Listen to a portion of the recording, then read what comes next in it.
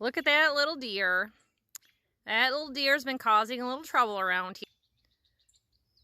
I guess it's a doe. She's been out there on her own, and I had said to my daughter that tall brush right there is the creek, that she's probably got a couple of babies down in there hiding. And these are my baby cherry trees, and as you can see, they're caged. We had a little trouble with our weed whacker if you've been following along, and I had the cages left open for 2 or 3 nights. This tree looked just like this tree. Sadly, the deer have decided that these baby cherry trees are really nice to nibble on. Now, I had noticed a little bit of nibbling here, but this tree's been here for probably 5 years. And the ironic thing is, it's a different variety than the tree next to it, but I think they were planted at the same time. I don't remember replanting this one. These cherry trees, I know this one was replanted last year, possibly this one, maybe the year before on this one, stripped right down. So if you're trying to grow an orchard, don't rely on electric fencing. Do individual cages. We're using some poultry fencing that we have, and it's just my mistake. I had left it open. Now, because we're in a lot of extreme heat, this is putting out cherries, but it's been mostly stripped of more than 50% of its leaves. I'm giving it some drinks of water starting today because I just saw this a couple of hours ago. And as you can see, my finding was my son decided to do my weed whacking for me today so that he could mow over here, and these branches were knocked right over when he closed up the cage. So this is a product called Take Root, and this is a root growth hormone so that you can take a broken branch like this. I made some fresh cuts on it and dipped it in the hormone. That's why it's a little bit white.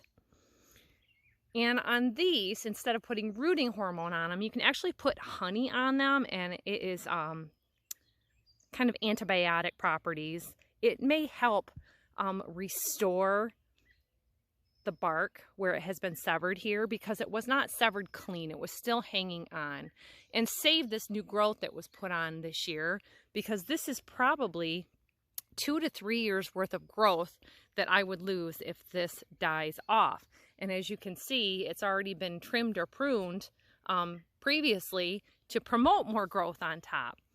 To not have my tree become all lopsided, I'd really like to save those. So try taping any nibbled on trees from livestock, and try to keep your bottoms wrapped or covered in plastic. I had the plastic taken off because the wind was blowing it around, and I want to actually put on a taller length, and then that will protect the base of the tree from the weed whacker. So besides the rooting hormone, a key to trying to get this to grow is keeping it moist and planting it immediately. Sometimes you can take cuttings from bushes and directly plant them into the soil where you're going to want them. I'm going to put this in an unoccupied pot on my deck so that I can kind of baby it along and keep an eye on it. And I do this a little bit every year with a few cuttings or trimmings or just broken branches, and keep this watered and see if we'll grow a tree from this cherry tree. Now, I've never done it with my fruit trees, and I've been trying it this year. I've done it with my boxwoods and these evergreens that are growing here, because I love that you get that year-round color from that shrubbery. So we're trying it as an experiment with a fruit tree. So we'll take a look back at this in a couple of days and see if we have some growth happening. At the very least, to see if we have survival. Well, it's the next day and it's been pretty hot. My little limb is still green, but it's been awful windy. So I want to make sure that that's got plenty of moisture between the heat and the wind.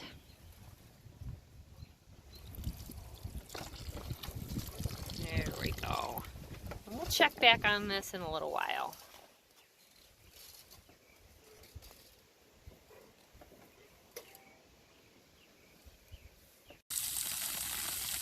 So I'm babying the trees along. It's been 5 or 6 days, I guess, since the deer got in here. And I've been trying to give them 5 to 10 gallons of water at night. I skipped it last night, so I'm doing this early in the morning. It's been pretty hot, 85 and hotter. I think it was like 93 the one day. Today's supposed to be cooler, like 74, and yesterday was cooler. So they could tolerate the lack of water because they have their roots established. These aren't brand new trees, like I said. I've had trees that are from the nursery planted here 3-4 years that can go into shock in a heat wave. That's plenty of water. So this one isn't as bad. And we're not in any kind of a drought. We are just definitely in very dry conditions, drier than usual. So I'm using the hose today instead of 5-gallon buckets just so I can get it done quickly. And they could use some extra water. This one didn't suffer as much damage, but you can see where I taped it. It's not drying off because of the extra water I've been giving it.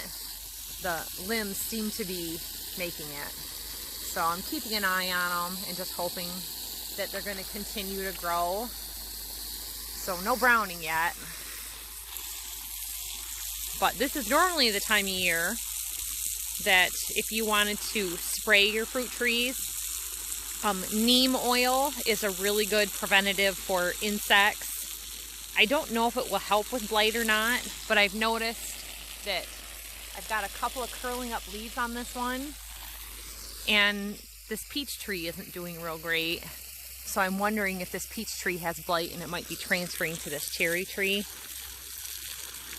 We're supposed to get rain in a few days, so I think it's best to spray them so they've got time to soak that in and not just get washed off before rain. And the cycle of spraying is 3 to 4 times from blossoming to fruit production to help keep the bugs out of them.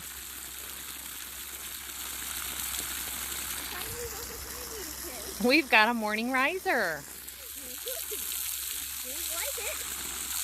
So we'll work on this and then we'll get set up to spray the trees too. At our place, we care for our garden just like we do the fruit trees, just like we do the animals. We try to do everything organic or organic practices. A lot of people really get into this organic certification. A lot of things can be done without that. This is just food that we're consuming for ourselves, our own plants and trees. We do sell our beef to family, friends, and some local people. So that's something to consider in putting the neem oil on or the orchard spray for the trees. It's always something that we want to feel safe putting inside of our body. A lot of the things say minimize contact, generally for application, but people have been getting neem oil ingested through cosmetics, through soaps, other things, different food sprays, because it's naturally found in the neem tree, and then they extract that oil. They condense that oil down to be able to use for spray on trees for pest prevention, and it helps disrupt their hormone balance so that they are either not able to lay eggs, they're not breeding. It's not like the kind of poisonous stuff that's just going to kill them. It's just going to make their eggs not viable or make them not laying eggs. So something definitely to consider, because like this is our tomato patch. We've got potatoes growing behind us, lettuce over here, just sunflowers for decoration, some other things. This is all stuff that my kids are handling and my kids are eating. So you definitely want to do what's safe for you and for your family. So we're back at the orchard. You can see that the hay's been growing. It's been about 2 weeks now. My test of the rooting hormone is going really good. I've got a good start. I actually dug it up and looked at the roots from the cuttings. So anything that you have like this green new growth is really good to do a cutting, where this other stuff is a little bit older. You can tell, you know, from the color of the bark. This tree is doing great. It wasn't left unwrapped. And it's actually called leaf curl, and it's just slight on this tree. The taping the branches has worked. They are not dying off. The new growth is staying green on them, so we're okay with that. Remember, with watering, especially cherry trees, but a lot of fruit trees in general, they don't like their feet wet. They don't want an excessive amount of water. However, since all of May, which we just got out of, we're just a couple of days into June right now, the rainfall in our area has been less than an inch, and I looked up online and it said that we are about 3 inches shy of our normal rainfall. So, you know, give or take, some Mays are wetter than others. It's our driest May since 1892. So the amount of water I'm putting on the trees is helping it to keep going instead of just drying up and dying. This tree, you know, we got our fingers crossed. The leaves that are on it are not dying. I don't know if it's going to be enough to keep everything alive with the sunlight. If you look up about the science of trees, you know, the leaves, the canopy help feed the roots help feed the leaves. It's all symbiotic. It's, you know, a relationship that goes together. So my little orchard here, I just keep working at it and plugging it away, and if I need to replant, I'll just go ahead and replant. But putting the cages back on, you know, that's the first line of prevention with saving your trees. In the meantime, I'm going to take some more cuttings and add to that pot since my test has worked so well. And this little cherry tree here is going to be my specimen tree, and I'm going to snip some off and get some more cherry trees starting, because if you can do it for free versus going to the nursery, the size of these little they call bare root tree stock at like Tractor Supply, $12 to $15 this spring on sale. And the stuff that's going from conservation centers and things like that, you know, $20, $30, I can't do that when I can get a tree that's already 3 or 4 years old from a farm store for $25, $35. So, you know, struggle with bare root or already started trees, struggle with a deer.